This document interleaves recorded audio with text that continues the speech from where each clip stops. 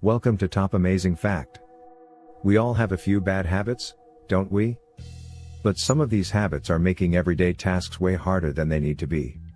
The truth is, there are so many things we've been doing wrong all along without even realizing it. From something as simple as peeling a sticky note, to the way you charge your phone, and even how you use the bathroom. Yes, you heard that right, it's time to uncover the everyday things you've been doing wrong. Get ready to rethink your daily routine and learn some game-changing tips to make your life a whole lot easier. Showering setbacks. Alright, so maybe you've hit the snooze button 4, 5, or maybe even 20 times, but hey, you're finally up. Nice job. Now, there's nothing like a hot shower to kickstart your day and get you feeling fresh. But hold on a second, before you reach for that soap, there's something you should know. Spending too much time under that hot water isn't as good for you as you might think. Here's the deal, showering too often can strip away the good bacteria and natural oils that your skin needs. This messes with your body's natural balance, leading to dry, cracked skin. And that's not all. According to the Journal of Allergy and Clinical Immunology, showering too frequently can even lead to serious skin problems like eczema. So, to avoid this super itchy scenario, just cut back on the number of showers you take each week. But if you absolutely can't go a day without a shower, just stick to washing the essentials. Trust me, your skin will thank you. Antiperspirant woes, anyone? After you're all fresh and clean, you probably reach for that antiperspirant. But hold on, should you really be putting it on right after your shower?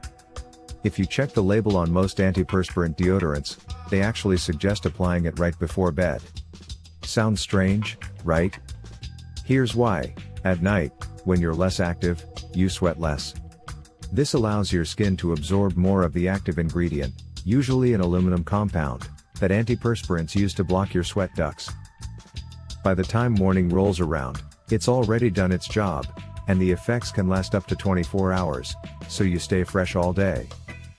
So, next time, skip the morning application and try putting it on before you hit the hay. You might never have to sweat over this problem again. Banana bonanza.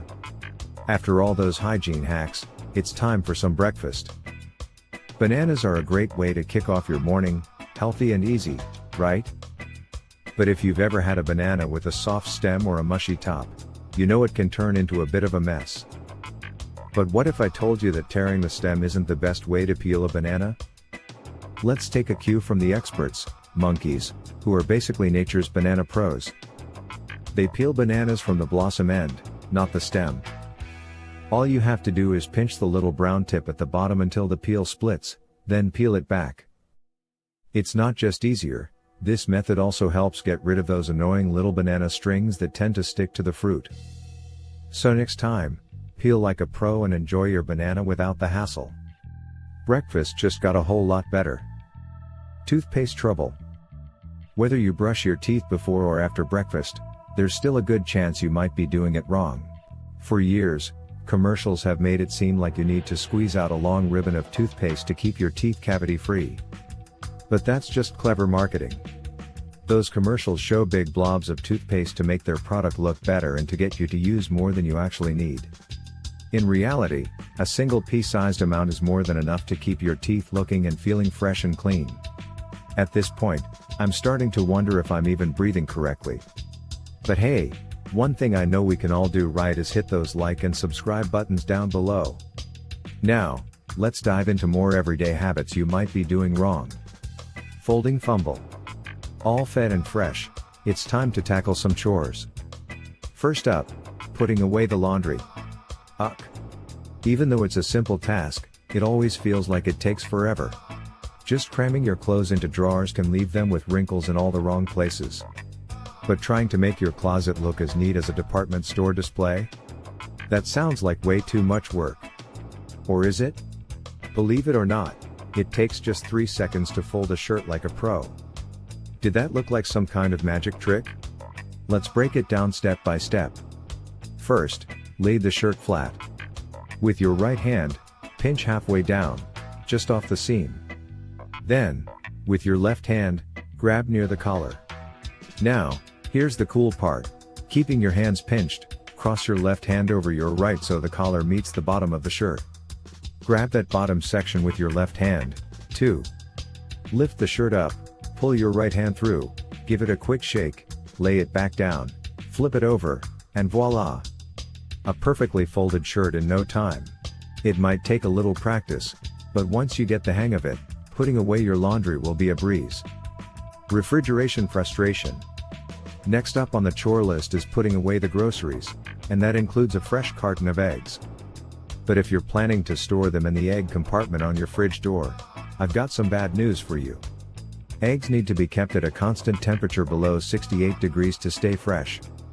Unfortunately, the refrigerator door is actually the warmest part of the fridge. Every time you open and close the door, the eggs get exposed to temperature changes, which can compromise their quality. And guess what? Milk shouldn't go in the door either. Just like eggs, the constant temperature fluctuations can make milk spoil faster. Talk about a bad choice. So, where's the best place to keep your milk and eggs? Experts recommend storing these quick-to-spoil foods toward the back of the main part of your fridge. It's a cooler area that's much less affected by temperature changes. Now that's an excellent solution. This version keeps all the important details while using a condiment chaos. Just because there's extra room in the fridge door doesn't mean you should cram every condiment in there.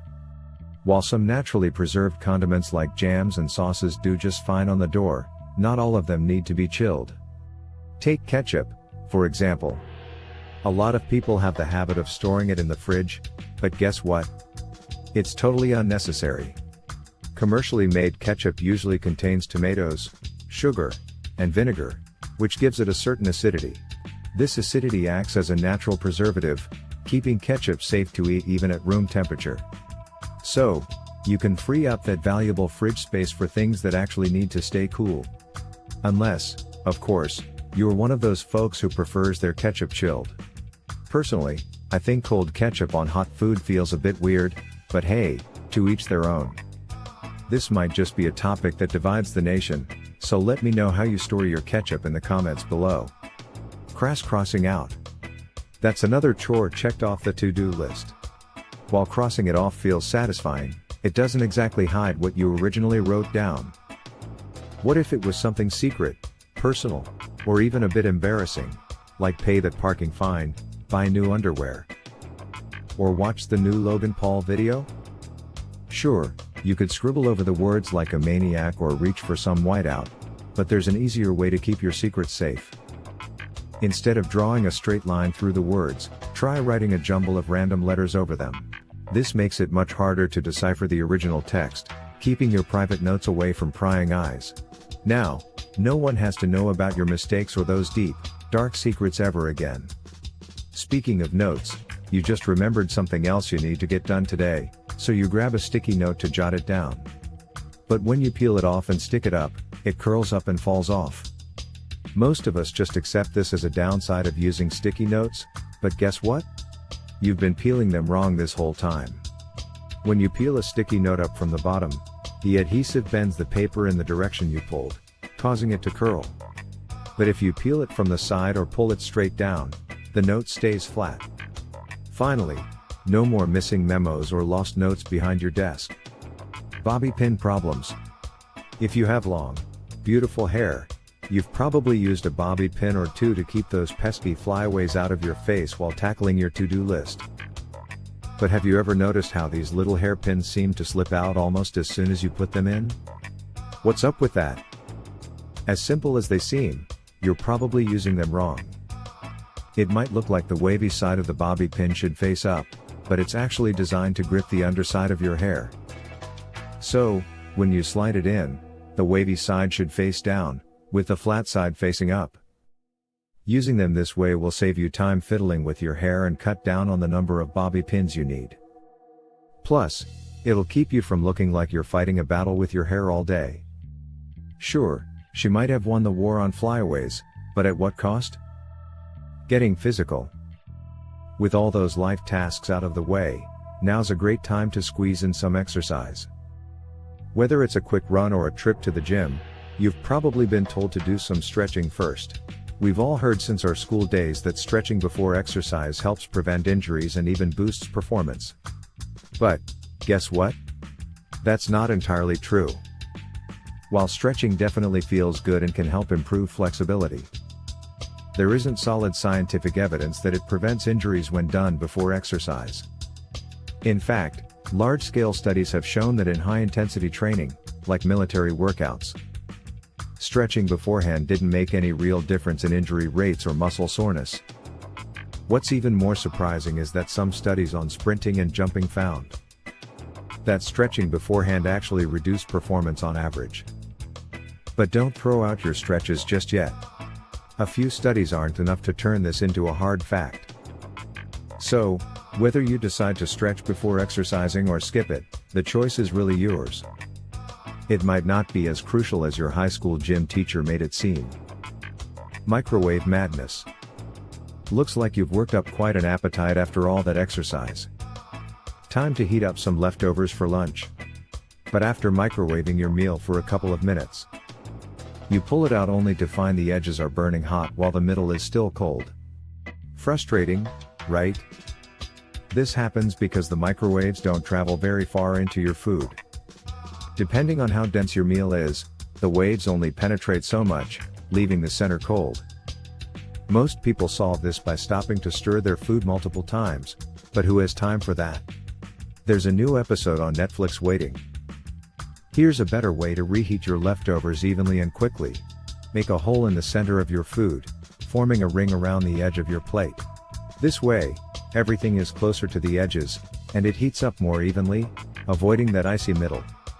If you're using a bowl, just dig a little well in the center to ensure everything heats up nicely. Now your leftovers will be hot and delicious, every single time. Seasonal ceiling fans. It's feeling a bit chilly, so you turn to your trusty heater to warm things up. But have you ever thought about using your old ceiling fan to help heat your house? Sounds strange, right? After all, ceiling fans are usually for cooling you down in the summer. But here's a little known trick, they have a winter function, too. In the summer, ceiling fans run counterclockwise, pushing air down to create a breeze that cools you off. In the winter, though, if you reverse the fan's direction and lower the speed, it pulls up cool air from below and pushes down the warm air that's gathered at the ceiling. This simple switch can help you save up to 15% on your heating bills, giving you a warm, fuzzy feeling inside and out. Nice job! Now, you have a few errands to run, but since it's cold outside, you should probably wear a hat. After all, we've always been told that we lose most of our body heat through our heads, right? Well, not exactly. Sorry, Mom. According to the British Medical Journal, only about 7 to 10% of body heat is lost through the head. This myth likely started from a 1970s military study that claimed up to 45% of body heat escapes from your head. But there was a catch, they were testing soldiers wearing full Arctic suits with only their heads exposed. Not exactly the best science. Since then, we've learned that exposing any part of your body to the cold reduces your core temperature proportionally. So, to stay warm, you should focus on keeping your whole body covered, not just your head. Pizza saver purposes. All in all, it's been a pretty good day. So, you've invited a few friends over and ordered a pizza. When you open up that box of cheesy, doughy goodness, you find one of those little white plastic things sitting right in the middle of your pie. It might look like a tiny table, but this handy gadget, known as a pizza saver, is there to keep the top of the box from squashing your pizza. Pretty clever, right? Most people just toss it in the trash before diving into the pizza, but don't be so quick to throw it away. It has another use that can help keep your friends from touching all your slices. I mean, your friends are great and all, but who knows where their hands have been? Just press the prongs of the pizza saver down into a single slice, and it will hold it in place while the other slices can be pulled apart cleanly. No more tainted slices, it's the perfect solution for everyone. Assuming you have friends, of course. Now, on to the next thing, wine glasses. You're feeling a bit fancy, so you decide to crack open a bottle of wine to go with that greasy pizza. A classic pairing, right? After pouring the wine into glasses, you might be tempted to hold the glass by the bulb. But as sophisticated as that feels, you really shouldn't do it that way if you want to enjoy your drink properly. Instead, hold the glass by the stem. Why? Because about 80 to 90% of what we perceive as taste actually comes from our sense of smell. Think back to the last time you had a bad cold or a stuffy nose. Everything tasted bland, right? Wine glasses have long stems so that your hand stays away from your nose, preventing the smell of your fingers from interfering with the aroma and flavors of the wine. Though, let's be honest, since you're sipping that wine with greasy pizza, it might not make much of a difference this time. Now, about that wine, if it has you running to the bathroom, here's a quick tip. Being able to stand, unzip, and quickly relieve yourself is just one of the many perks of being a man. But standing up isn't always the best way to handle your business. In fact, sitting down actually allows men to empty more of their bladder than standing upright does. This is because when you sit, you can use your abdominal muscles to help push out every last drop, meaning fewer trips to the bathroom. Plus, it can help solve the age-old problem of aiming, which I'm sure the women in your life will appreciate. But it's not just about number ones, sitting correctly is important for number twos as well. Sitting upright on the toilet has been a common practice since the days of ancient Egypt, over 5,000 years ago. However, there's a downside to this. Sitting straight up keeps a kink in your lower bowel, thanks to a muscle called the puborectalis. This forces you to strain harder when you're going, which can lead to painful conditions like hemorrhoids or even colon issues. So, how should you position yourself to avoid these problems? The answer is simple: squat. Raising your knees up toward your chest, around a 35-degree angle, relaxes the puborectalis muscle and straightens out your colon, making it easier to go. While this squat position is gentler on your body, some people take it a step further by actually climbing up onto the toilet seat to squat more deeply. At least, that's what those hilariously disturbing toilet warning signs from around the world suggest. Phone charging challenge. After returning from the bathroom, you hear that all too familiar sound: your phone's low battery warning. Ugh. Didn't you just charge it a few hours ago? We all know smartphone batteries don't last forever, but part of the problem is how we charge them. According to experts at Cadex, a battery company, lithium-ion batteries, like the ones in your phone, are sensitive to stress. And just like humans, too much stress can shorten their lifespan. When your phone's battery is low, it draws a constant current and operates at a lower voltage. Lower voltages are great for a battery's lifespan because they keep it in a low stress state, which helps increase the number of times it can be recharged. But here's where things go wrong: leaving your phone plugged in when it's already fully charged can do more harm than good. Once your battery hits 100%, it goes into trickle charge mode to maintain that full charge. This high voltage keeps the battery in a high stress state, which gradually wears down its chemistry and can cause system-wide malfunctions or unexpected reboots. So, charging your phone overnight or leaving it plugged in for long periods? Not the best idea. So, how should you charge it? Try to do short, irregular top-ups when your battery is between 30% and 80%. While you can't stop your battery from wearing out eventually, using these tips can help you extend its life just a little bit longer. Sleeping setback. After all that, it's time to say goodbye to your friends and hit the hay. There's nothing better than diving under a cozy duvet, but the position you sleep in could leave you feeling tired and sore. As comfy as it might feel, sleeping on your stomach is actually really bad for your back. When you lie face down, you put a lot of pressure on your spine. And unless you've figured out how to breathe through your pillow, turning your head twists your spine and neck out of alignment, which can be a real pain in the neck, literally. If you just can't help but sleep on your stomach, try placing a pillow under your hips. This helps restore the natural curve of your back and relieve some of that pressure. Plus, it's a great excuse to load up your bed with more fluffy pillows. But it's not just stomach sleepers who need to be careful. Side sleepers, I'm talking to you. You might not think it matters which side you sleep on, but your body says otherwise. Your stomach naturally sits on the left side of your body, so if you sleep on your right side, your food has to work against gravity to digest. This can slow down digestion and even cause that dreaded midnight heartburn. To avoid this, try sleeping on your left side for a more restful night's sleep. What's my preferred sleep position, you ask? Well, just ask your mom. We all scream for ice cream. It may be late, but it's never too late for a sneaky midnight snack. And lucky you, you just remembered there's a carton of ice cream sitting in your freezer. Jackpot! When you bought it yesterday, it was soft and delicious, but now, less than 24 hours later, it's rock solid. What gives?